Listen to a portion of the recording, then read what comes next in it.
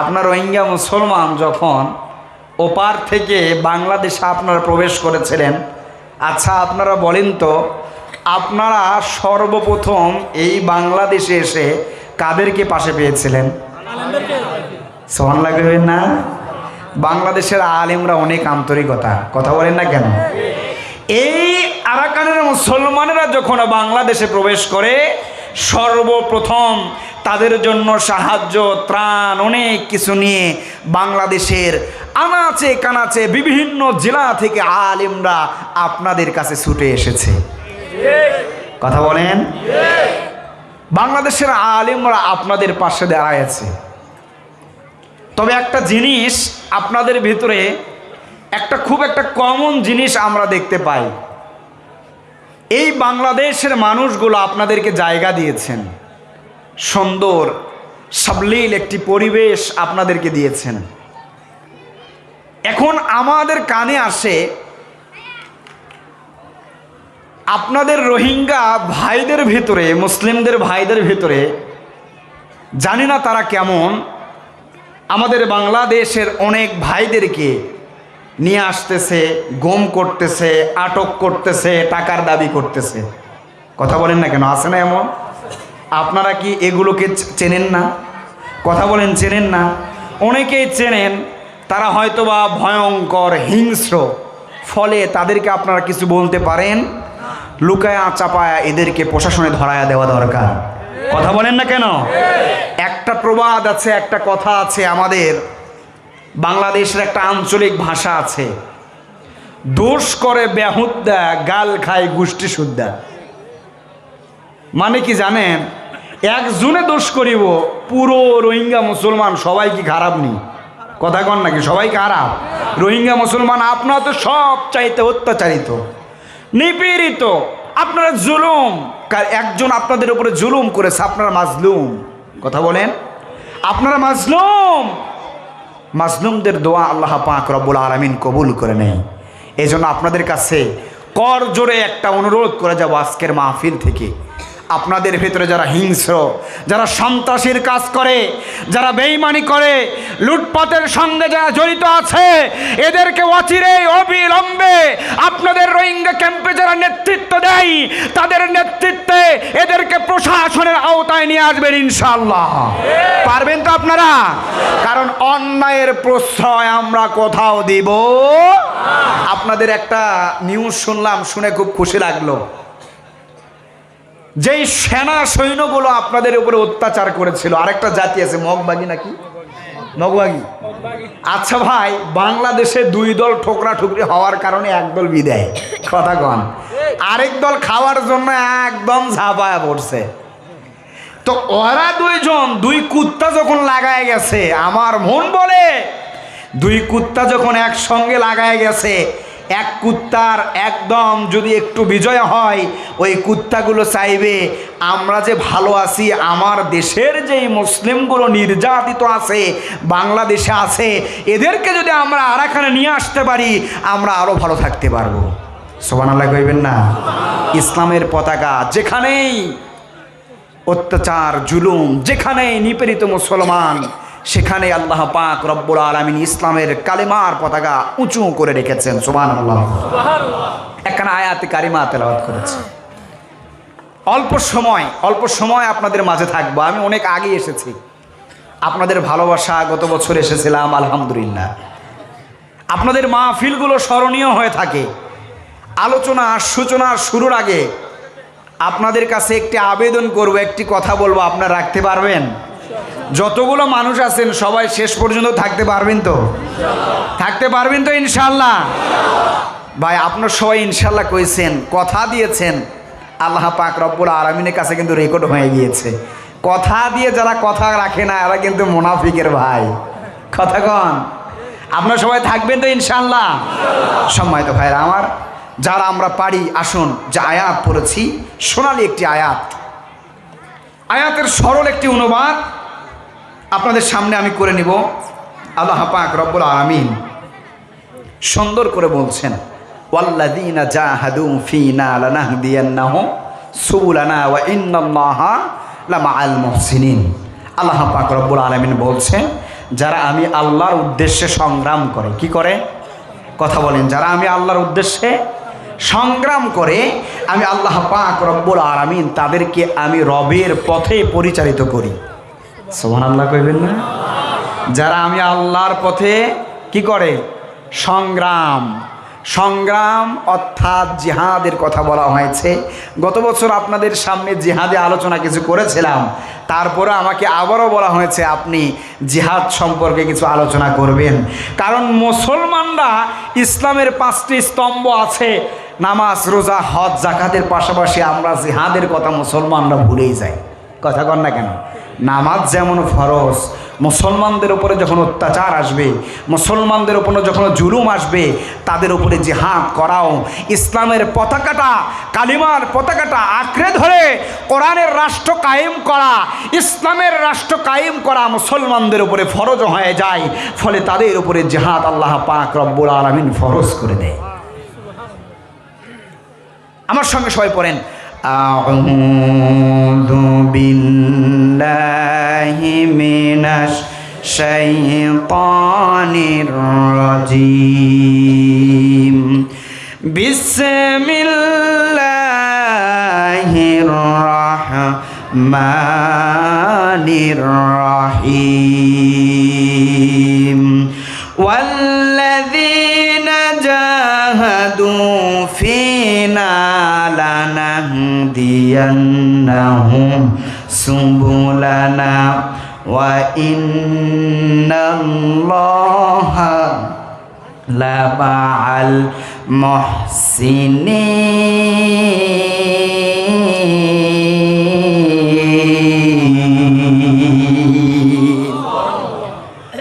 আল্লাহ পাক রব্বুল আলামিন কোরআনুল কারীম সূরাতুল আনকাবুত আয়াত নাম্বার 69 রব্বুল আলামিন কত সুন্দর করে জানিয়ে দিলেন, যারা আমি আল্লাহ পাক রব্বুল আলামিনের উদ্দেশ্যে যারা সংগ্রাম করে। উদ্দেশ্যকার? কথা বলেন, উদ্দেশ্যকার? যারা আমি আল্লাহ পাক রব্বুল আলামিনের উদ্দেশ্য যারা সংগ্রাম করে, আমি আল্লাহ পাক রব্বুল আলামিন তাদেরকে আমি রবের পথে পরিচালিত করে দিই। আল্লাহ পাক রব্বুল আলামিন আয়াতের শেষে বলছেন, ওয়া ইন্নাল্লাহা লামাআল মুহসিনিন। আর আমি আল্লাহ পাক রব্বুল আলামিন ঘোষণা দিয়ে দিলাম, যারা সৎকর্মশীল, যারা আমি আল্লাহ পাক রব্বুল আলামিনের পথে থাকে, যারা আমি আল্লাহ পাক রব্বুল আলামিনের পথে সংগ্রাম করে, আমি আল্লাহ পাক রব্বুল আলামিন তাদের সঙ্গী হয়ে যায়। আল্লাহ যদি আমার আপনার সঙ্গী হয়, দুনিয়াতে আর কারো দরকার হবে? কথা বলেন, দরকার হবে? তাহলে আল্লাহকে সঙ্গী বানাতে হলে আল্লাহর পথে আমাদের সংগ্রাম করার দরকার আছে না নাই? কথা বলেন, আছে না নাই? আজকে আপনাদেরকে যে বিষয়ে আলোচনা করব, জিহাদ সম্পর্কে আলোচনা করব। আজকের আলোচনার বিষয় কোরআন হাদিসের আলোকে একটি পূর্ণাঙ্গ ইসলামিক প্রবন্ধ, ইসলামের দৃষ্টিকোণে জিহাদের ভাষাগত সংজ্ঞা এবং জিহাদের কয়টি ধরন আল্লাহ পাক রব্বুল আলামিন কোরআন হাদিস অনুযায়ী রেফারেন্স দিয়েছেন। জিহাদের কয়টা ধরন আছে, এই কয়েকটি ধরন যদি আপনারা দেখতে চান বা দেখতে পান, তাহলে জিহাদের জন্য, যুদ্ধের জন্য আমাদের প্রস্তুত হয়ে যুদ্ধের ময়দানে আমাদের ঝাঁপিয়ে পড়তে হবে। 1 নাম্বার, নফসের বিরুদ্ধে জিহাদ। কিসের বিরুদ্ধে? আমাদের নফস আছে না নাই? আছে না? আমাদের নফস তো সব থেকে বেশি ডিস্টার্ব করে। কখনো আমরা অনেকেই মনে মনে ভাবি যে না, এখানে আসি একটু শান্তিতে আসি, আমার দেশে যাওয়ার দরকার নাই। ও মুসলমান, আপনাদেরকে একটা কথা বলে যেতে চাই, শুধু বাংলাদেশেই নয়, যেখানে কালিমার পতাকা উদ্বৃত হবে, আল্লাহ পাক রব্বুল আলামিন বলছেন, যেখানে জুলুম, যদি আমার মুসলমানেরা, আমার সঙ্গীরা, আমার বান্দারা যদি সেখানে আমার কালিমার পতাকা উত্তোলন করার জন্য, কোরআনকে বিজয় করার জন্য সংগ্রাম করে, পতাকা উত্তোলন করে দে। তাহলে আরকানের মাটিতে, পট্টভূমিতে কালেমার পতাকা উত্তোলন করার দরকার আছে না নাই? কথা বলে আছে না নাই? প্রস্তুত আছেন আপনারা? 2 নম্বরে শয়তানের বিরুদ্ধে জিহাদ। কার বিরুদ্ধে? শয়তানের বিরুদ্ধে। 3 নম্বরে জ্ঞানের জিহাদ। 4 নম্বরে দাওয়াতি জিহাদ। 5 নম্বরে সত্য ও ন্যায়ের জিহাদ। আসলেই তো আপনারা সত্য, যেই সেনা সৈন্যরা আছে, স্বৈরচারগুলো আছে, এরা তো মিথ্যা। কথা বলেন না কেন? এরা তো কোরআনের আইন চায় না, এরা তো ইসলামী রাষ্ট্র চায় না, তাহলে এরা মিথ্যা। সত্য এবং মিথ্যা, অর্থাৎ সত্যর পক্ষে লড়তে হবে, মিথ্যাকে কখনো প্রশ্রয় দেওয়া চলবে? কথা বলেন চলবে? যখন মিথ্যার আবির্ভাব হবে, আমাদের জন্য জিহাদ করা আমাদের উপরে ফরজ হয়ে যাবে। 6 নম্বরে আত্মরক্ষামূলক যুদ্ধ। কি মূলক? এটা আপনাদের জন্য জরুরি। আত্মরক্ষার দরকার আছে না নাই? আমাদের এই বাংলাদেশের সরকার যদি আজ থেকে সরকারিভাবে যদি একদম নিউজ ক্লিয়ার করে দেয়, আগামীকাল থেকে আমার দেশের কোনো সেই উখিয়াতে রোহিঙ্গা ক্যাম্পে রোহিঙ্গা মুসলমান কেউ থাকতে পারবে না, যদি থাকে তাদেরকে প্রশাসনিকভাবে আইনের আওতায় নেওয়ার ব্যবস্থা করা হবে, তাহলে আপনারা কোথায় যাবেন? কথা বলেন, কোথায় যাবেন? পালানোর জায়গা আছে? যাওয়ার জায়গা আছে? আপনারা নিজের দেশ ছেড়ে বাংলাদেশে এসেছেন, সব থেকে বড় মাজলুম আপনারা। আত্মরক্ষার জন্য আপনাদের জিহাদ করতে হবে। কথা বলেন না কেন?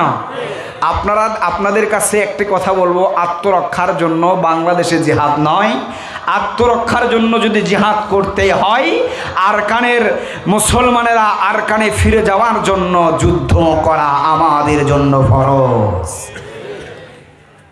সম্মানিত ভাইয়েরা আমার,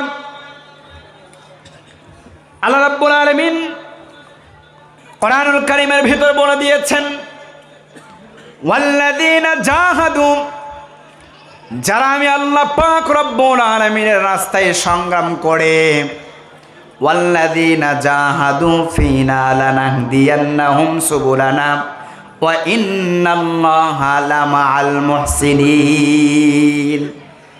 আমি আল্লাহ পাক রব্বুল আলামিন জানিয়ে দিলাম, যারা আমি আল্লাহ পাক রব্বুল আলামিনের রাস্তায় জিহাদ করে, আমি আল্লাহ পাক রব্বুল আলামিন জানিয়ে দিলাম, আমি আল্লাহ পাক রব্বুল আলামিন তাদেরকে আমি আল্লাহর রাস্তায় পরিচালিত করব। তাদেরকে আমি আল্লাহ পাক রব্বুল আলামিনের রাস্তায় পরিচালিত করব। আবার আমি জানিয়ে দিলাম, ওয়া ইন্নাল্লাহা লামাআল মুহসিনিন, আমি আল্লাহ পাক রব্বুল আলামিন তাদের সঙ্গী হয়ে যাব, বন্ধু হয়ে যাব। আল্লাহর রাস্তায় সংগ্রাম করতে হবে। সাহাবা আজমাইনগণ আল্লাহ পাক রব্বুল আলামিনের রাস্তায় সংগ্রাম করেছেন, জিহাদ করেছেন, যুদ্ধ করেছেন। বিশ্ব নবীজি আমার 72টি যুদ্ধের সেনাপতি ছিলেন, আমার নবীজি যুদ্ধ করেছেন। সাহাবা আজমাইনরা যুদ্ধে গিয়েছেন, শহীদ হয়েছেন, জীবন দিয়েছেন। আমরা যারা মুসলমান আছি, শুধু বাংলাদেশের মুসলমান নয় আর পৃথিবীর মুসলমান নয়, আমরা রোহিঙ্গা মুসলমান যারা আছি, ঈমান বাঁচানোর ক্ষেত্রে, ইসলামী রাষ্ট্র কায়েমের ক্ষেত্রে আমাদেরও যুদ্ধের ময়দানে রেডি হয়ে যাওয়া জরুরি। আমার প্রিয় বন্ধুগণ, আমার প্রিয় আরকানের ভাইয়েরা, আল্লাহ পাক রব্বুল আলামিনের সাহাবী, 2 জন সাহাবী ছিল। আপনাদেরকে ঘটনাগুলো বলবো। আল্লাহর নবীজির 2 জন সাহাবী ছিল। একজনের বয়স 11 বছর, আরেকজনের বয়স 13 বছর। দুজন ভাই। 2 জন কি? 2 জন ভাই। একজনের বয়স 11, অন্যজনের 11 আর 13 বছরে। কত বড়? বড় নি? ছোট না? কথা বল না কেন? ছোট না? দুইজন ভাই ইমানের কেমন পাওয়ার, যুদ্ধে যাওয়ার জন্য, জিহাদ করার জন্য তাদের মনের কেমন আশা। আমি বলবো আপনারা শুনবেন, কথা বলেন, শুনবেন। বিশ্বনবীর সাহাবী, একজনের বয়স 11 বছর, অপরজনের বয়স মাত্র 13 বছর। বদর নামক প্রান্ত থেকে ডাক এসে গিয়েছে। মাআজ আর মুআজ দুই ভাই, বিশ্বনবীর সাহাবী হযরতে মাআজ আর মুআজ রাদিয়াল্লাহু তাআলা আনহু বদরের যুদ্ধের যখন দামাদল বেজে গেল, বিশ্বনবীজি মসজিদে নববীর ভিতরে সাহাবাদ মাইনদেরকে বললেন, তোমরা কারা কারা বদর নামক প্রান্তে যেতে চাও? বিশ্বনবীজি মক্কা থেকে মদিনায় হিজরত করলেন। মক্কা থেকে মদিনায় হিজরত করার পরে বদর নামক প্রান্তরে চলে যাবেন, সাহাবাদ মাইনদেরকে নিয়ে গেলেন। বিশ্ব নবীজি বদরের প্রান্তরে রেডি হয়ে আছে। সমস্ত সাহাবী বদরের প্রান্তরে রেডি হয়ে যাওয়ার পরে দুইজন ছোট্ট, দুইজন বিশ্ব নবীজির সাহাবী বিশ্ব নবীজিকে ডেকে ডেকে বলে, হুজুর আপনি কি মনে করেছেন আমরা বুঝি যুদ্ধের ময়দানে যেতে পারবো না? আমরা বুঝি জিহাদ করতে পারবো না? আমাদের দুইজনকেও আপনাকে নিয়ে যেতে হবে। আমরাও যুদ্ধের ময়দানে যেতে চাই, আমরাও জিহাদ করতে চাই। যুদ্ধের ময়দানে যাবেন।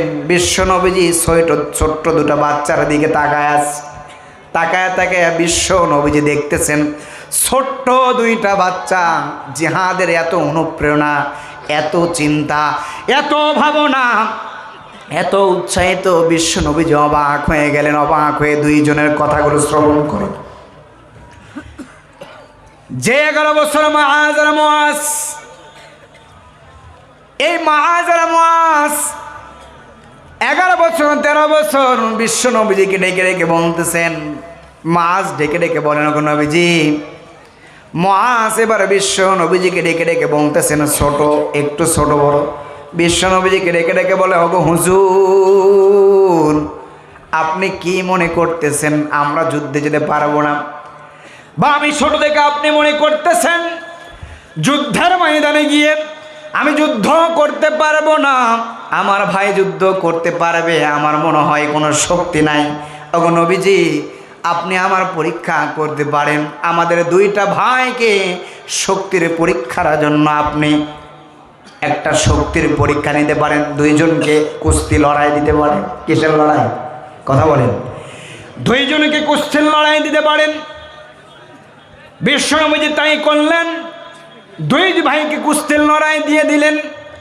বড় ভাই যখন ছোট ভাইয়ের কুস্তি লড়াই করতে করতে ছোট ভাইয়ের বুকের ওপরে উঠে বসে গিয়েছে, ছোট ভাই বড় ভাইকে ডেকে ডেকে বলে, কানে কানে ডেকে ডেকে বলতেছে, ও ভাই দুইজন তো একই মায়ের সন্তান, একসঙ্গেই খেলাধুলা করি, একসঙ্গেই খাই, একই সঙ্গে ঘুমাই।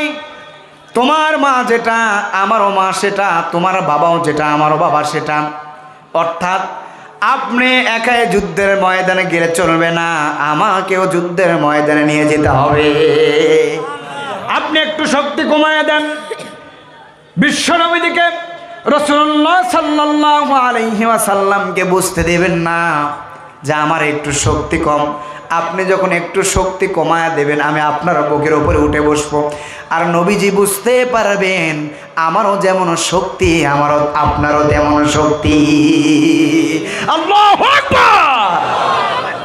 রাসূলুল্লাহ যেন বুঝতে না পারে আমি ছোট থেকে আমার শক্তি কম, রাসূলুল্লাহ যেন বুঝতে না পারে। এবার নবীজি আমার ছোট্ট দুইটা বাচ্চার এই কর্মকাণ্ডগুলো দেখতেছিলেন আর মুস্কি মুস্কি নবীজি হাস। নবীজি আমার বললেন, যাও দুইজনকেই যুদ্ধের ময়দানে যাওয়ার জন্য অনুমতি দিয়ে দিলা। সুবহানাল্লাহ বলবেন না? আজকে আমরা ছোট ছোট পোলামান দেখলে এত আদর যত্ন করি, এত যত্ন করি। আমরা অন্তত পক্ষে যাব, কিন্তু বাচ্চাদের আমরা যেতে দিব? কথা বলেন না কেন? হযরত জাফর রাদিয়াল্লাহু তাআলা আনহু সেনাপতির দায়িত্ব পাওয়ার পরে মুতার যুদ্ধে হযরত জাফর রাদিয়াল্লাহু তাআলা আনহুর শেষ ওসিয়ত ছিল বিবির কাছে, ও আমার প্রাণের বিবি, আমি যেই পথে যাইতেছি আমার সন্তানকেও তুমি সেই পথেই বড় করবা, লালিত পালিত করবা।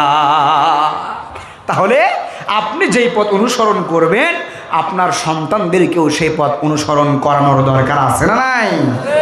আমার প্রিয় বন্ধুগণ, বিশ্ব নবীজির দুইজন সাহাবী মায আর মুআজ যুদ্ধে চলে গেলেন।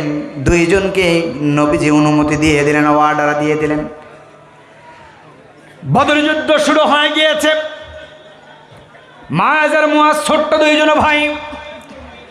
রাসূলুল্লাহ সাল্লাল্লাহু আলাইহি ওয়াসাল্লামের বৃদ্ধ একজন সাহাবীকে ডেকে ডেকে বলতেছেন, ওগো নবীজির বৃদ্ধ সাহাবী, এই যুদ্ধের ময়দানে আবু জেহেলকে আমরা একটু দেখতে চাই। বিশ্ব নবীজির সাহাবী ছোট্ট দুইটা বাচ্চাকে দেখে বলে, আবু জেহেলকে তোমরা কি করবা? আবু জেহেলকে তোমাদের কি দরকার? এবার ছোট্ট দুইটা বাচ্চা বলতেছে, আবু জেহেলকে আমার দরকার আছে। আমরা শুনেছি আবু জেহেল নাকি আমার নবীজিকে সব চাইতে বেশি কষ্ট দিয়েছে। সুবহানাল্লাহ। আমরা শুনেছি আবু জেহেল নাকি আমার নবীজিকে সব চাইতে বেশি কষ্ট দেয়, আমার নবীজিকে লাঞ্ছিত করে, আমার নবীজিকে মারধর করে, আমার নবীজিকে আঘাত করে, আমার নবীজির উপর আঘাত করার চেষ্টা করে, আমার নবীজিকে হত্যা করার চেষ্টা করে। আবু জেহেলকে দেখতে চাই। এই কথা যখন বললেন, আবু জেহেলকে দেখে দিলেন। বিশ্ব নবীজির সাহাবী ছোট্ট দুইটা বাচ্চাকে দেখে দেখে বলে, ওই যে দেখতেছো ঘোড়ার পিঠের উপরে বসে যিনি আছে, আর চতুর্পাশ থেকে ঘেরাও করে কাফের বেঈমানরা ঘেরাও করে আছে, আর ঘোড়ার পিঠের উপরে যেই বসে আছে ইনি হলো কাফেরদের শীর্ষ লিডার আবু জেহেল। অমনি দুইটা বাচ্চা দৌড় দিয়ে গেছে আবু জেহেলের কাছে। সুবহানাল্লাহ, সুবহানাল্লাহ, আসতে কোন না। দুইটা বাচ্চা চলে গেল আবু জেহেলের কাছে। আবু জেহেলের কাছে যাওয়ার পরে দুইটা বাচ্চারা টার্গেট, এরা আমার নবীজিকে সব চাইতে বেশি কষ্ট দেয়, আমার নবীজিকে কষ্ট দেয়, আমার নবীজিকে লাঞ্ছিত করে। এদেরকে আমরা দুইজন হত্যা করে ফেলবো, কতল করে ফেলবো। আবু জেহেল কাফেরদের শীর্ষ লিডার। কে কথা বলেন? যুগে যুগে জালেমদের পতন হয়েছে কেমন করে জানেন? নমরুদের পতন হয়েছে কি দিয়ে? কথা কন না। নমরুদের পতন হয়েছে ল্যাংড়া মশা দিয়ে। কি দিয়ে? ল্যাংড়া মশা দিয়ে পতন হয়েছে। আর ফিরাউনের পতন যখন হয়েছে নীল নদে চুবরায়া পানির ভিতরে, তখনও ফিরাউন হযরতে মুসা আলাইহিস সালামকে ডাকতেছিল। আল্লাহ বলে, ফিরাউন তুই তো বড় ভুল করছিস, মুসাকে যদি না ডেকে আমি আল্লাহ পাক রব্বুল আলামিনকে ডাকতি, আমি আল্লাহ তুই ফিরাউনকে আমি আল্লাহ পাক রব্বুল আলামিন উদ্ধার করতাম। সুবহানাল্লাহ কইবেন না? আমার মন বলে আপনারা যদি আল্লাহকে ডাকার মতো ডাকতে পারেন, ও রোহিঙ্গা মুসলমান, আপনারা যদি আল্লাহকে ডাকার মতো ডাকতে পারেন, আরাকানের জমিনে কালিমার পতাকা উত্তোলন হবে। আপনারা তো মনে হয় আল্লাহকে সেইভাবে ডাকেন না। ফিরাউনের কাছে তার অনুসরণকারীরা যখন পানি চাইতো, খোদা দাবি করছিল, বলে আনার রব্বু কুমুল আল, আমি তোমাদের খোদা। আমাদের রব কে? কথা বলে, আমাদের রব কে? আমাদের রব এক, তিনি একক অদ্বিতীয়। কুল হু আল্লাহু আহাদ, আল্লাহুস লাম ইয়ালিদ ওয়া লাম ইয়াকুল লাহু কুফুয়ান আহাদ। তিনি এক অদ্বিতীয়, লা শারীক, তার কোনো শরীক নাই, তার কোনো সন্তান নাই, তার কোনো বিবি বাচ্চা দুনিয়াতে, কথা বলেন না কেন, নাই। তিনি লা শারীক, তিনি একক, তিনি এক। ফিরাউনের কাছে যখন তার উত্তরসূরিগুলো এসে পানি চাইতো, ফিরাউন জঙ্গলের গহীন কিনারায় চলে যাইত। আল্লাহকে ডেকে ডেকে বলতেছে, গো রব, তুমি তো জানো আমি তো ফিরাউন, আমি তো রব হওয়ার যোগ্যতা না, আমি তো তোমারই একজন বান্দা। এখন আমি নিজেকে খোদা বলে দাবি করেছি, আমার অনুসরণকারীরা পানি চেয়েছে, আপনি যদি পানি না দেন আমি তো নিজেকে রব বলে দাবি করলাম, এটা তারা বিশ্বাস করতো না। কি করতো না? এরা বিশ্বাস করতো না। আল্লাহ পাক রব্বুল আলামিন ফেরাউনকে ডেকে ডেকে বলে, ফেরাউন রে, তুই দুনিয়া চাস না আখিরাত চাস? বলে, আমি দুনিয়া চাই, আখিরাত আমার লাগতো না। ফলে আল্লাহ পাক রব্বুল আলামিন ফেরাউনকে দুনিয়া দিয়ে দিয়েছিল। আর দুনিয়া মাজরাআতুল আখিরা, এই দুনিয়া জান্নাতের ফসল ফলাইবার জায়গা। যারা নেক কাজ করবে দুনিয়াতে, জান্নাতে তাদের জন্য একটি ঘর হয়ে যাবে, বাড়ি হয়ে যাবে। যারা দুনিয়াতে খারাপ কাজ করবে তাদের জন্য আল্লাহ পাক রব্বুল আলামিন জাহান্নাম মাটির তলদেশে রেডি করে রেখেছেন। সুবহানাল্লাহ বলবেন না? আল্লাহ পাক রব্বুল আলামিন আসমান বানাইছেন, জমিন বানাইছেন, পশু পাখি বানাইছেন, সমুদ্র সাগর সব কিছু সৃষ্টি করার পরে আল্লাহ কোথাও বলেন নাই যে আমি সমুদ্র পাহাড় পর্বত আসমান জমিন সুন্দর করে বানাইলাম। আল্লাহ পাক রব্বুল আলামিন বলছেন, বান্দারে, আমি তোমাদেরকে বড় সুন্দর করে বানাইছি। সুবহানাল্লাহি ওয়া বিহামদিহি, আমি তোমাদেরকে বড় সুন্দর করে বানাইছি। আল্লাহ পাক রব্বুল আলামিন আসমানে সৃষ্টি করে বলেন নাই আসমান আমি সুন্দর করে সৃষ্টি করেছি। আল্লাহ পাক রব্বুল আলামিন জমিন সুন্দর করে বলেন নাই আমি জমিন সুন্দর করে বানাইছি। পাহাড় পর্বত আল্লাহ পাক রব্বুল আলামিন সৃষ্টি করে বলেন নাই আমি পাহাড় পর্বত বড় সুন্দর করে বানাইছি। আমি আল্লাহ পাক রব্বুল আলামিন মানুষদেরকে বলে দিলাম, মানুষরা রে, আমি আল্লাহ পাক রব্বুল আলামিন তোমাকে বড় সুন্দর আকৃতি দিয়ে বড় মোহাব্বত করে মায়া করে আমি আল্লাহ পাক রব্বুল আলামিন তোমাকে বানাইছি। এই দুনিয়া থাকার জায়গা নয়, দুনিয়া বড় স্বার্থপর, দুনিয়া কাউরে জায়গা দেয় না, এই দুনিয়া টাকাওয়ালা কেউ জায়গা দেয় না, এই দুনিয়া নমরুদ কেউ জায়গা দেয় নাই, ফেরাউন কেউ জায়গা দেয় নাই। অংশ অংশচির পতন হয়েছে কি হয় না? ক্ষমতা আছে, কথা বলেন না কেন? ক্ষমতা আছে। শুকায় সুরসুরি লাগছে শুটকি মাছের মতো, কথা কন না কেন? যারা মুসলমানদের নির্যাতন করেছে, মা বোনদের উপরে গণধর্ষণ চালিয়েছে, যারা মুসলমানদের উপরে যুদ্ধ ঘোষণা করে দিয়েছিল, যুগে যুগে ফেরাউনের পতন হয়েছে, অংশংসূচির পতন হয়েছে, সেনা সৈন্যদের পতন হবে, আর কানের মুসলমানেরা আর কানে ফিরে যাবে, ইসলামের রাষ্ট্র ঘোষণা হয়ে যাবে। পৃথিবীতে কেউ, কথা বলেন না কেন, কেউ স্থায়ী হোক না সে ফিরাউন কি বানো। তাহলে যে কথা বলতেছিলাম, বিশ্ব নবীজির দুইজন সাহাবী ছোট্ট, মনে আসেনি? দুইজন সাহাবী মাআজ আর মুআজ টার্গেট যুদ্ধের ময়দানে গিয়ে আবু জেহেলের দিকে, কারণ এরা নবীজিরে বড় কষ্ট দেয়। সুবহানাল্লাহ। বিশ্ব নবীজির দুইজন সাহাবী হযরত মাআজ আর মুআজ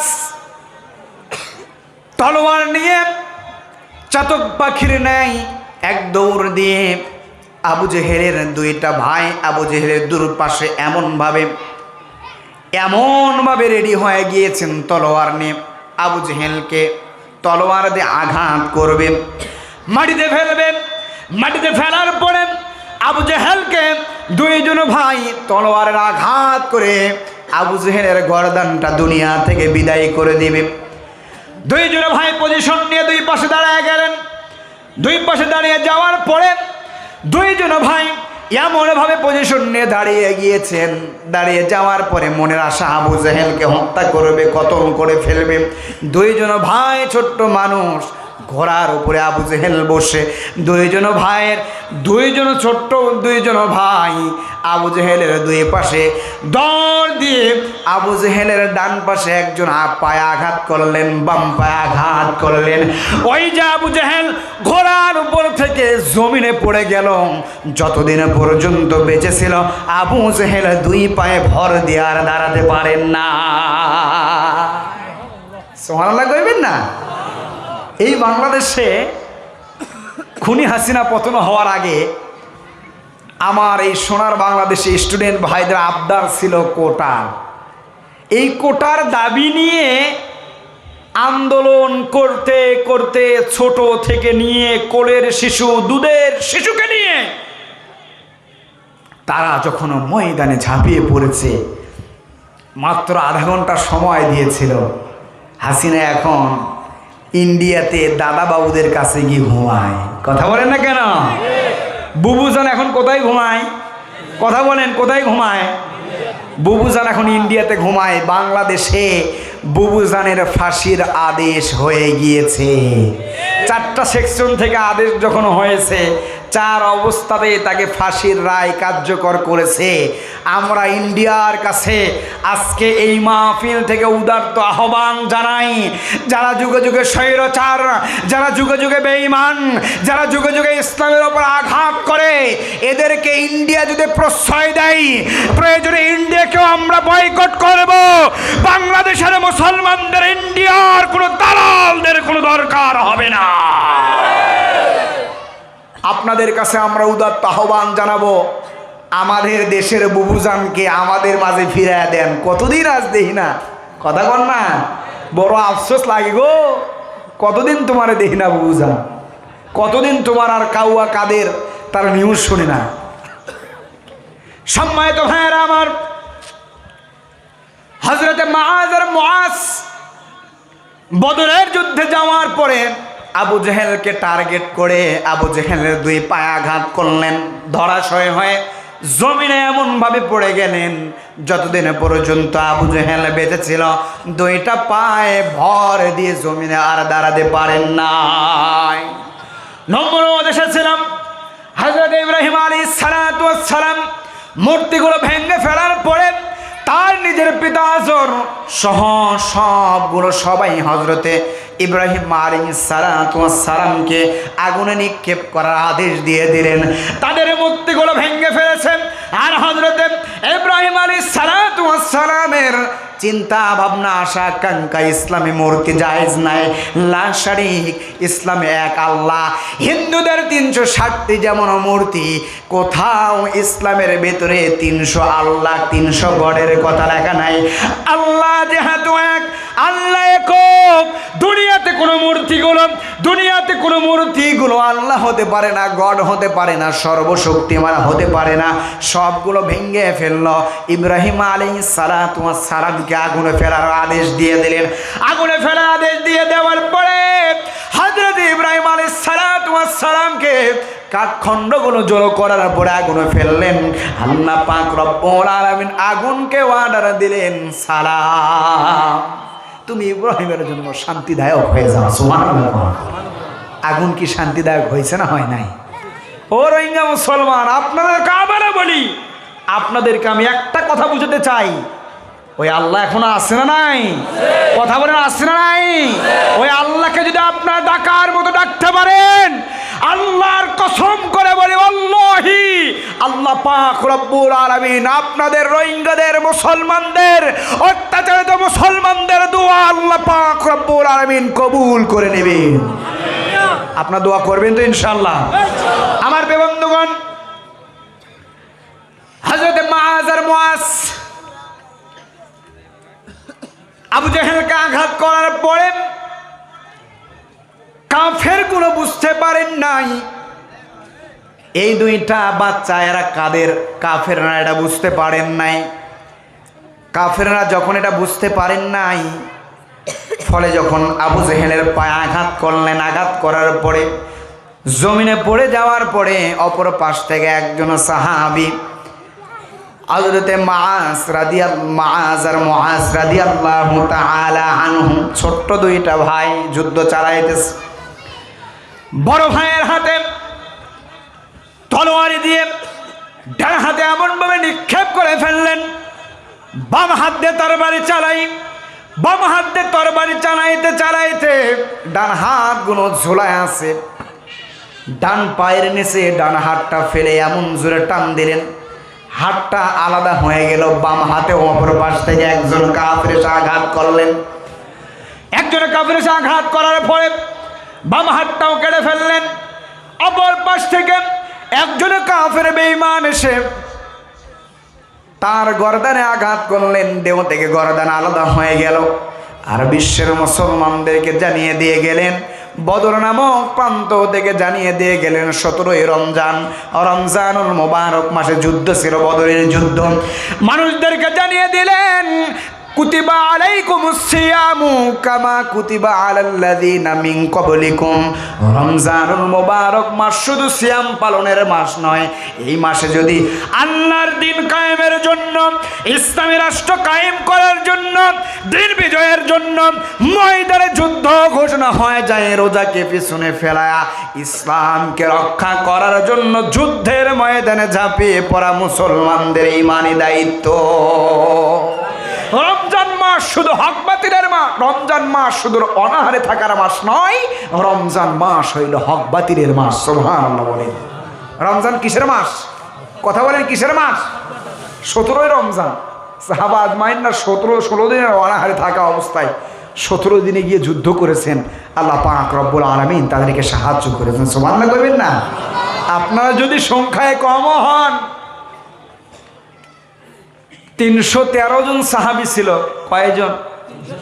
বদর যুদ্ধে কয়জন সাহাবী ছিল? আমার লয় কন না, কয়জন? 313 জন সাহাবী ছিল। কাফিরদের অস্ত্র শস্ত্র সহস্র বাহিনী। আল্লাহ পাক রব্বুল আলামিন বলছেন, আমি বদরের যুদ্ধে 1000 ফেরেশতা দিয়ে তোমাদেরকে সাহায্য করেছি। আমি জালিমদেরকে পতন ঘটায় দিয়ে তোমাদেরকে আমি আল্লাহ পাক রব্বুল আলামিন বিজয় করে দিয়েছি। সুবহানাল্লাহ বলবেন না? তাহলে আল্লাহ পাক রব্বুল আলামিন যদি আমরা সংখ্যায় যদিও কম হয়, আমাদের যদি ইমানের জোর থাকে, আল্লাহ পাক রব্বুল আলামিন তাহলে আমাদের সাহায্য করবেন। কথা ক্লিয়ার? কথা বলেন না কেন? কথা।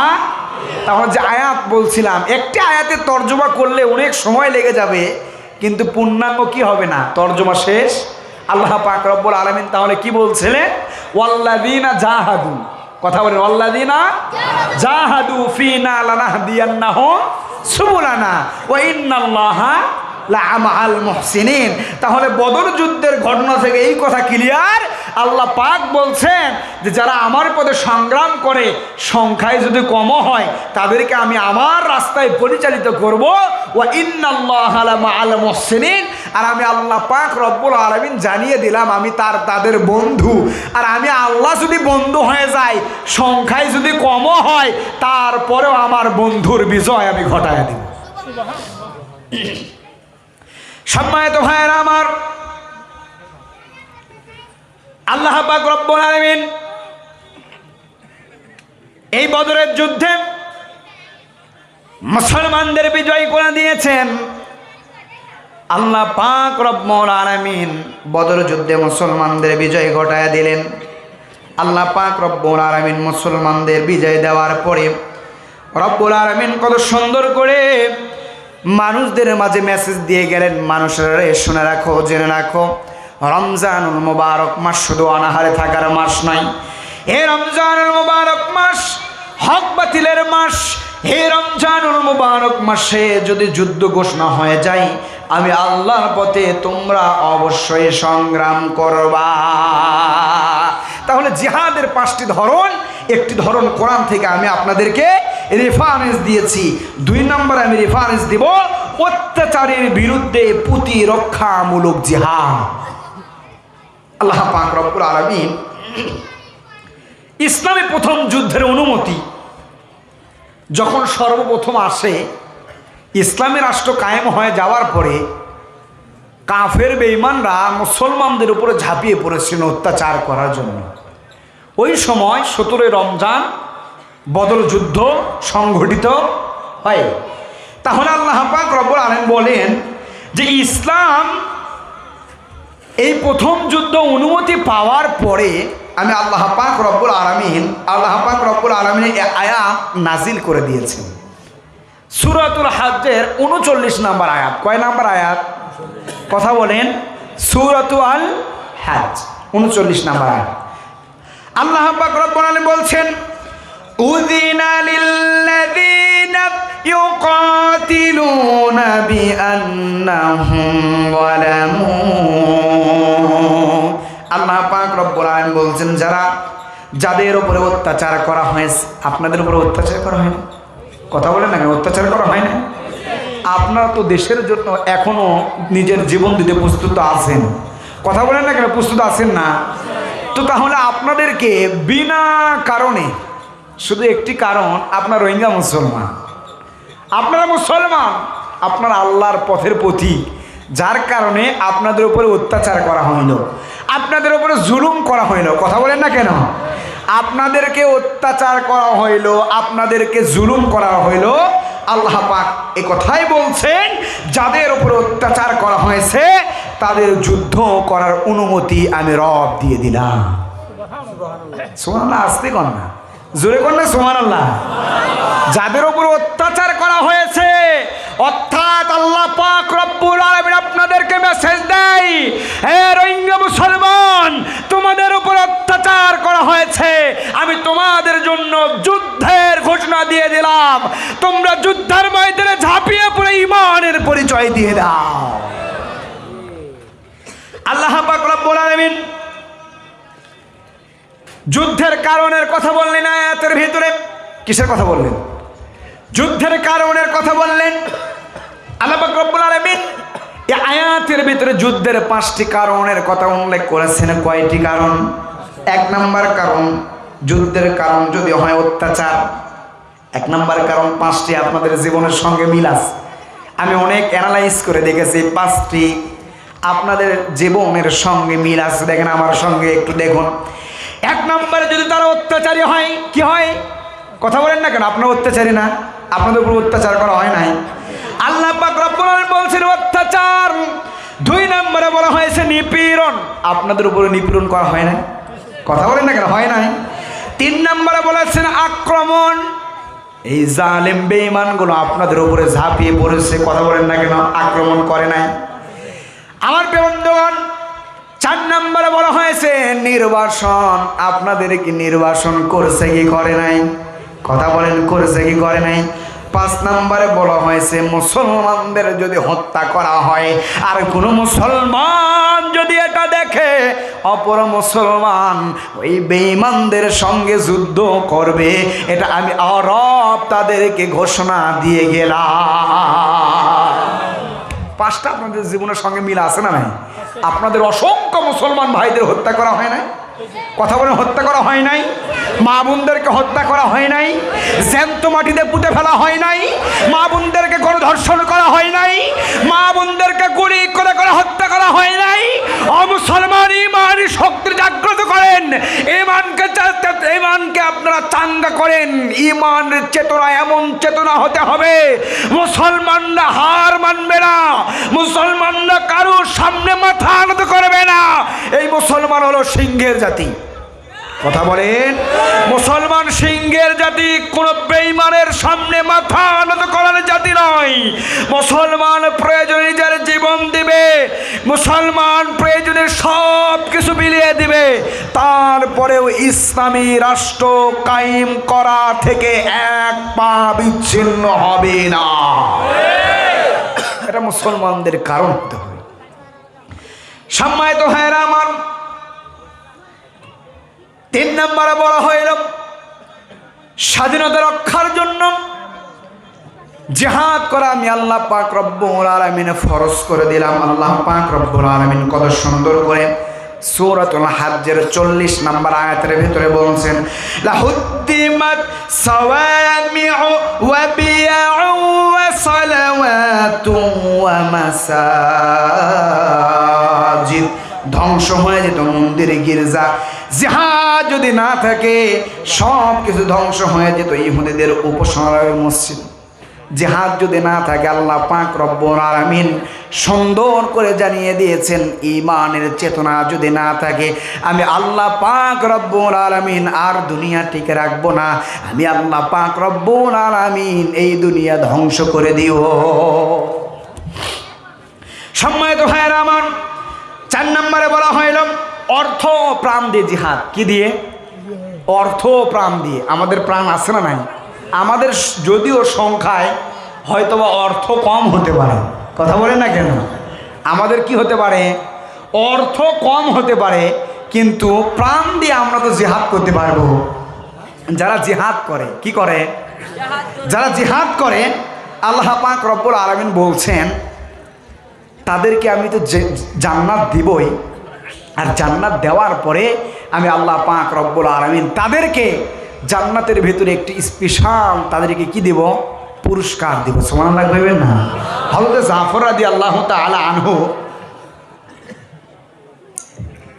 মুতার যুদ্ধে যখন তার নাম ঘোষণা হয়ে গেল, কি হয়ে গেল? কথা বলেন, কি হয়ে গেল?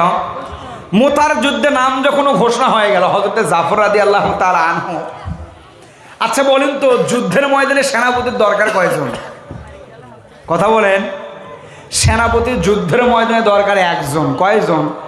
মুতার যুদ্ধে বিশ্বনবীজি 3 জনের নাম ঘোষণা করছেন। কয়জনের? রাসূলুল্লাহ সাল্লাল্লাহু আলাইহি সাল্লাম মুতার যুদ্ধে 3 জনের নাম ঘোষণা করছেন। কয়জনের নাম? 3 জনের নাম ঘোষণা করলেন। কেন করলেন? সাহাবা আজমাইনরা বুঝতে পেরেছেন যেই 3 জনের নাম ঘোষণা করেছেন এরা আর কি করবে না, বাড়িতে ফিরে আসতে পারবে, নির্ঘাত এরা মোতার প্রান্তরে গিয়ে শহীদ হয়ে যাবে। সুবহানাল্লাহ বলেন। এই মোতার প্রান্তরে 2 নম্বরে নাম ঘোষণা করা হয়েছে হযরত জাফর রাদিয়াল্লাহু তাআলা আনহু। কার নাম ঘোষণা করা হয়েছে? কথা বলেন আমার সঙ্গে। হযরত জাফর রাদিয়াল্লাহু তাআলা আনহুর মুতার যুদ্ধে 2 নম্বরে নাম ঘোষণা করা হলো। কয় নম্বরে? সম্মানিত ভাইয়েরা আমার, আল্লাহ রাব্বুল আলামিন কোরআনুল কারীমের ভিতরে একথাই জানিয়ে দিলেন, তুজাহিদুনা ফি সাবিলিল্লাহি বিআমওয়ালিকুম ওয়া আনফুসিকুম। তোমরা আল্লাহর পথে, তোমরা আমি রবের পথে ধন সম্পদ অথবা তোমাদের প্রাণ বা জীবন বলো, যেটা বলো না কেন, এই জীবন দিয়ে আমি আল্লাহ পাক রব্বুল আলামিনের পথে সংগ্রাম করবা। ঘোষণা কার? তুজাহিদুনা ফি সাবিলিল্লাহি বিআমওয়ালিকুম ওয়া আনফুসিকুম। তোমরা আমি আল্লাহর রাস্তায় ধন সম্পদ অথবা জীবন দিয়ে সংগ্রাম করবে। সুবহানাল্লাহ বলবেন না? আল্লাহ পাক রব্বুল আলামিন যেহেতু জীবন দিয়ে সংগ্রাম করার কথা বললেন, তাহলে জীবন যদি দিয়ে সংগ্রাম করতে পারি আল্লাহ পাক রব্বুল আলামিন আমাদেরকে অবশ্যই পুরস্কৃত করবেন।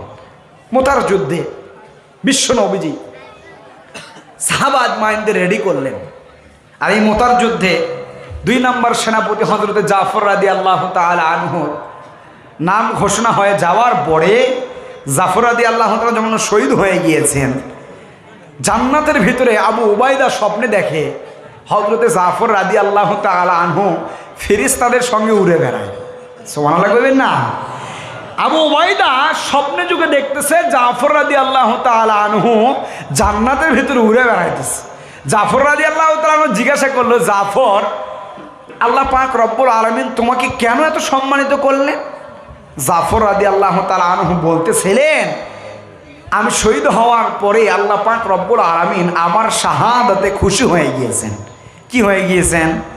আমার শাহাদাতে আল্লাহ পাক রব্বুল আলামিন খুশি হয়ে গিয়েছেন। ফলে আল্লাহ পাক রব্বুল আলামিন আমাকে জিজ্ঞাসা করেছিলেন, জাফর তুমি কি চাও? তখন আমি বলেছেন, আল্লাহ আপনি আমাকে আবার জীবন দেন, আমি জাফর আবার দুনিয়াতে যেতে চাই, আবার যুদ্ধ করতে চাই, আবার শহীদ হয়ে আপনার কাছে ফিরে আসতে চাই। সুবহানাল্লাহ। বিশ্বনবীজি সাহাবা আজমাইনদেরকে বলছে, আমার সাহাবী, আমার মাঝে মাঝে বারবার মন চাই আমি যুদ্ধ করি, আমি শহীদ হয়ে যাই, আবার আল্লাহ পাক রব্বুল আলামিন আমাকে জীবন দান করুক, আবার আমি শহীদ হয়ে যাই, আবার আমাকে জীবন দান করুক, আবার আমি যুদ্ধ করি, শহীদ হয়ে যাই। নবীজির চাওয়া, সুবহানাল্লাহ কইবেন না? তাহলে আমাদের চাওয়া যদি হয় যুদ্ধের ময়দানে গিয়ে শহীদ হওয়া, তাহলে আমাদের পাওয়াটাও হবে জান্নাত। সুবহানাল্লাহ। সম্মানিত ভাইয়েরা আমার, আল্লাহ পাক রব্বুল আলামিন সুন্দর করে জানিয়ে দিয়েছেন, তুজাহিদুনা ফি সাবিলিল্লাহি বিআমওয়ালিকুম ওয়া আনফুসিকুম, তোমরা আমি আল্লাহ পাক রব্বুল আলামিনের পথে ধন সম্পদ অথবা জীবন দিয়ে তোমরা সংগ্রাম করবা। সাহাবা আজমাইনরা জীবন দিয়েছেন, ধন সম্পদ দিয়েছেন, যে যতটুকু পেরেছেন, যার বাড়িতে যতগুলো সম্পদ ছিল, টাকা পয়সা ছিল, স্বর্ণ ছিল, গহনা ছিল, তারা যুদ্ধের ময়দানে বিশ্ব নবীজিকে সাহায্য করেছেন। যুদ্ধের ময়দানে যাওয়ার জন্য তারা স্বর্ণগুলো দান করে দিয়েছেন, সম্পদগুলো দান করে দিয়েছেন, ওটগুলো দান করে দিয়েছেন। আমার প্রিয় বন্ধুগণ, মুতার যুদ্ধের কথা আপনাদেরকে বলে যাই। এই মুতার যুদ্ধে বিশ্ব নবীজি 3 জন সাহাবীকে সেনাপতির দায়িত্ব দিয়ে পাঠিয়ে দিলেন মুতা নামক প্রান্ত। বিশ্ব নবীজি মুতার প্রান্তরে যান নাই, 3 জন সাহাবীকে পাঠিয়ে দিলেন মুতার প্রান্তরে। মুতার প্রান্তরে পাঠিয়ে দেওয়ার পরে বিশ্ব নবীজি মুতার প্রান্তরে পাঠিয়ে দিলেন। 3 জন সাহাবীর নাম ঘোষণা করলেন। নাম ঘোষণা করার পরে 3 জন সাহাবীকে বললেন, যাও তোমরা বাড়িতে গিয়ে বিদায় নিয়ে আস। সর্বপ্রথম বিশ্ব নবীজি মুতার যুদ্ধে সেনাপতির নাম ঘোষণা করলেন হযরত যায়েদ রাদিয়াল্লাহু তাআলা আনহুর। 2 নম্বরে নাম ঘোষণা করলেন জাফর বিন আবু তালিব রাদিয়াল্লাহু তাআলা আনহুর। 3 নম্বরে নাম ঘোষণা করলেন আব্দুল্লাহ বিন রাওহা। সুবহানাল্লাহ। এখন যুদ্ধের ময়দানে সেনাপতির দরকার একজন। বিশ্ব নবীজি 3 জন সাহাবীর নাম ঘোষণা করলেন। 3 জন সাহাবীর নাম ঘোষণা করার পরে 3 জন সাহাবীকে বললেন, যাও তোমরা বাড়ি থেকে বিদায় নিয়ে আসো। সর্বপ্রথম যারা নাম ঘোষণা করেছিলেন হযরত যায়েদ রাদিয়াল্লাহু তাআলা আনহু। এই হযরত যায়েদ রাদিয়াল্লাহু তাআলা আনহু বিশ্ব নবীজির বাড়িতে লালিত পালিত হয়েছেন। নবীজির পালক পুত্র যায়েদ, এই যায়েদ রাদিয়াল্লাহু তাআলা আনহুর নাম ঘোষণা যখন করলেন, হযরত যায়েদ রাদিয়াল্লাহু তাআলা আনহু নবীজিকে ডেকে ডেকে বলতেছেন, ওগো নবীজি, আমার নাম আপনি ঘোষণা করেছেন, পদ্মার আড়াল থেকে আমার আম্মা জান শুনেছে আপনি তো আমার পালক বাবা, আপনি তো আমাকে পালিয়ে লালিত পালিত করেছেন, বড় করেছেন। আমার মা পদ্মার আড়াল থেকে শুনেছেন আপনি আমার নাম ঘোষণা করে দিয়েছেন, আমার আর বাড়িতে যাওয়ার দরকার হবে না। 2 নম্বরে হযরত জাফর রাদিয়াল্লাহু তাআলা আনহুর নাম ঘোষণা করলেন। হযরত জাফর রাদিয়াল্লাহু তাআলা আনহু বাড়িতে ছুটে চললেন। বাড়িতে গিয়ে দরজায় কড়া নাড়লেন। দরজায় কড়া নাড়লেন, নিজের বিবিকে সালাম দিলেন। বিবিকে সালাম দেওয়ার পরে হযরত জাফর রাদিয়াল্লাহু তাআলা আনহু বিবিকে ডেকে ডেকে বলতেছেন, আমার প্রাণের বিবি বিশ্ব নবীজি মুতার প্রান্তরে মুতার যুদ্ধের ঘোষণা এসে গিয়েছে। এই মুতার যুদ্ধে যাওয়ার জন্য সেনাপতির দায়িত্ব দিয়ে বিশ্ব নবীজি আমার নাম ঘোষণা করেছেন। বাড়িতে আমি এই জন্যই এসেছি। বিশ্ব নবীজি আমাকে মুতার যুদ্ধে যাওয়ার জন্য নাম ঘোষণা করে দিলেন। বাড়িতে তোমার কাছে আসলাম। আমাদের এই সাংসারিক জীবনে যদি কোনো কিছু ভুল ত্রুটি করে থাকি, যদি কোনো দোষ ত্রুটি করে থাকি, আমাকে ক্ষমা করে দিবা, আমার ভুল ত্রুটিগুলো ক্ষমা করে দিবা।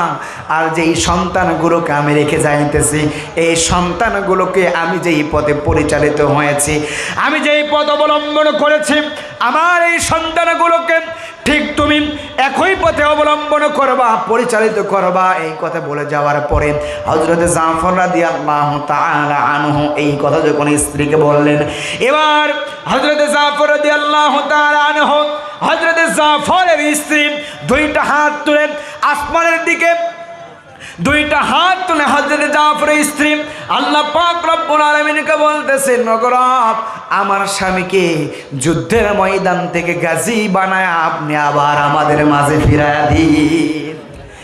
হযরত জাফর রাদিয়াল্লাহু তাআলা আনহু এই কথা যখন বললেন হযরতে জাফর রাদিয়াল্লাহু তাআলা আনহু এই কথা শোনার পরে তার বিবিকে তরবারির উল্টা পিঠের আঘাত করে বিবিকে ডেকে ডেকে বলতেছে, ও আমার প্রাণের বিবি, ও আমার প্রাণের বিবি, উল্টা দোয়া করো না।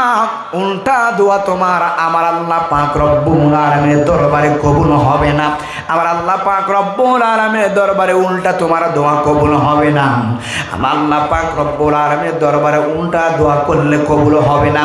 যেহেতু বিশ্বনবীজি আমার নাম ঘোষণা করে দিয়েছেন, 2 নম্বরে আমার আগেও একজন আছেন, আমার পরেও একজন আছে, নির্ঘাত মোতার যুদ্ধে গিয়ে মোতার প্রান্তরে গিয়ে আমি শহীদ হয়ে যাব। আমার প্রাণের বিবি, তোমার কাছে বলে যাই, আমি জাফর যেই রাস্তায় যাইতেছি আমার সন্তানকে তুমি সেই পথেই পরিচালিত করবা। আমার সন্তানগুলো বাবা নাই এটা ভেবে যেন তারা কষ্ট না পায়, বাবা না থাকার কারণে যেই কষ্ট এটা যেন তারা বুঝতে না পারে, এটা যেন তারা বুঝতে না পারে। আজ থেকে নিয়ে আমার সন্তানদের বাবাও তুমি, সন্তানের মাও তুমি। সন্তানদের কাছে আমানত, সন্তানদের আমানত হিসেবে তোমার কাছে রেখে গেলাম। এই কথা বলে হযরতে জাফর রাদিয়াল্লাহু তাআলা আনহু ছুটে চললেন পেছন দিক থেকে। হযরতে জাফর রাদিয়াল্লাহু তাআলা আনহুর বিবিও কান্দে, সন্তানও কান্দে, হাউমাউ করে আব্বা আব্বা বলে কান্না করতেছে, বাবা বাবা বলে হযরতে জাফর রাদিয়াল্লাহু তাআলা আনহুর বাচ্চারা তার পেছন দিকে দৌড়ায় আর কান্দে, বিবিও কান্দে, বাচ্চাগুলোও কান্দে। হযরতে জাফর রাদিয়াল্লাহু তাআলা আনহুর নাম ঘোষণা হয়ে গিয়েছে। বিশ্ব নবীজি যেহেতু নাম ঘোষণা করে দিয়েছেন, হযরতে জাফর রাদিয়াল্লাহু তাআলা আনহু পেছন দিকে আর একবারও তাকান নাই। স্ত্রীও কাঁদেন, সন্তানও কাঁদেন। হযরতে জাফর রাদিয়াল্লাহু তাআলা আনহু পেছন দিকে না তাকাইয়া মোতার প্রান্তরে রওনা হয়ে গেলে। 3 নম্বরে নাম ঘোষণা করা হলো আব্দুল্লাহ বিন রাওহা। এই আব্দুল্লাহ বিন রাওহার সেই দিনটা ছিল বাসরের দিন। কিসের দিন? সবে সেই দিন তিনি বিবাহ করেছেন। হযরতে জাফর রাদিয়াল্লাহু তাআলা আনহুর পরে তার নাম ঘোষণা করা হলো 3 নম্বরে। এই আব্দুল্লাহ সেই দিন বিবাহ করেছেন, রাতটাতে ছিল তার বাসরের রাত। বিশ্ব নবীজি নাম ঘোষণা করলেন, জাফর তোমাকে যুদ্ধের ময়দানে সেনাপতির দায়িত্ব দিলাম। 3 নম্বরে হযরতে জাফর রাদিয়াল্লাহু তাআলা আনহু বাড়িতে আসলেন। বাড়িতে আসার পরে হযরতে জাফর রাদিয়াল্লাহু তাআলা আনহু বিবিকে লক্ষ্য করে দেখতেছিলেন। হযরতে আব্দুল্লাহর বিবি কোরআন তেলাওয়াত করেন। আব্দুল্লাহ সেই দিন নতুন বিবাহ করেছিলেন, রাতটা তারা বাসর রাত। হযরতে আব্দুল্লাহ বিন রাওহা রাদিয়াল্লাহু তাআলা আনহু বাড়িতে এসে লক্ষ্য করে দেখতেছিলেন বিবিটা তারা কোরআন তেলাওয়াত করে। এবার আব্দুল্লাহ বিবিকে ডেকে ডেকে বলতেছে, আমার প্রাণের বিবি, কোরআন তেলাওয়াতটা একটু থামাও, কোরআন তেলাওয়াতটা একটু বন্ধ করো। বিশ্ব নবীজি মোতার প্রান্তরে আমার নাম সেনাপতির দায়িত্ব আমাকে দিয়ে 3 নম্বরে ঘোষণা করে দিয়েছেন। যেহেতু বিশ্ব নবীজি আমার নাম ঘোষণা করে দিয়েছেন, নির্ঘাত আমি মোতার প্রান্তরে গিয়ে শহীদ হয়ে যাব, মোতার প্রান্তরে গিয়ে শহীদ হয়ে যাব। মোতার প্রান্তর থেকে আর ফিরে আসতে পারবো না।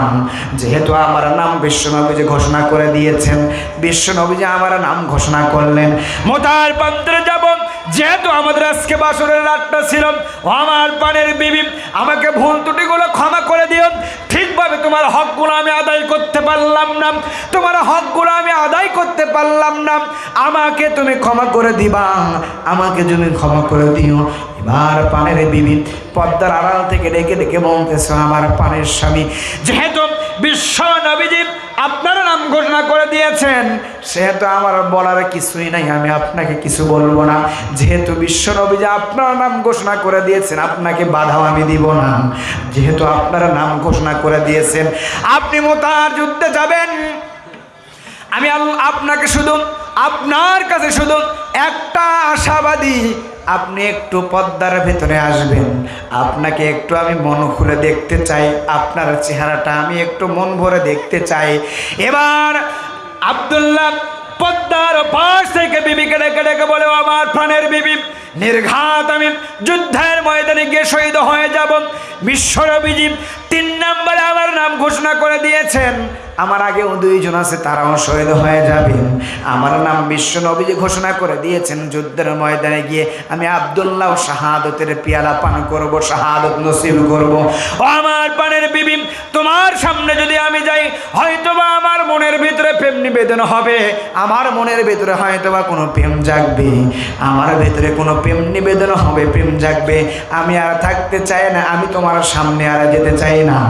এবার প্রাণের বিবি লক্ষ্য করে ডেকে ডেকে বলতেছে, আব্দুল্লাহ রে, আমি মক্কার ভিতরে সুন্দর একজন নারী, আমি বড় রূপবতী মায়াবতী, আমি বড় রূপবতী মায়াবতী সুন্দর নারী, আমাকে কখনো কোনো বেগানা পরপুরুষ দেখে নাই।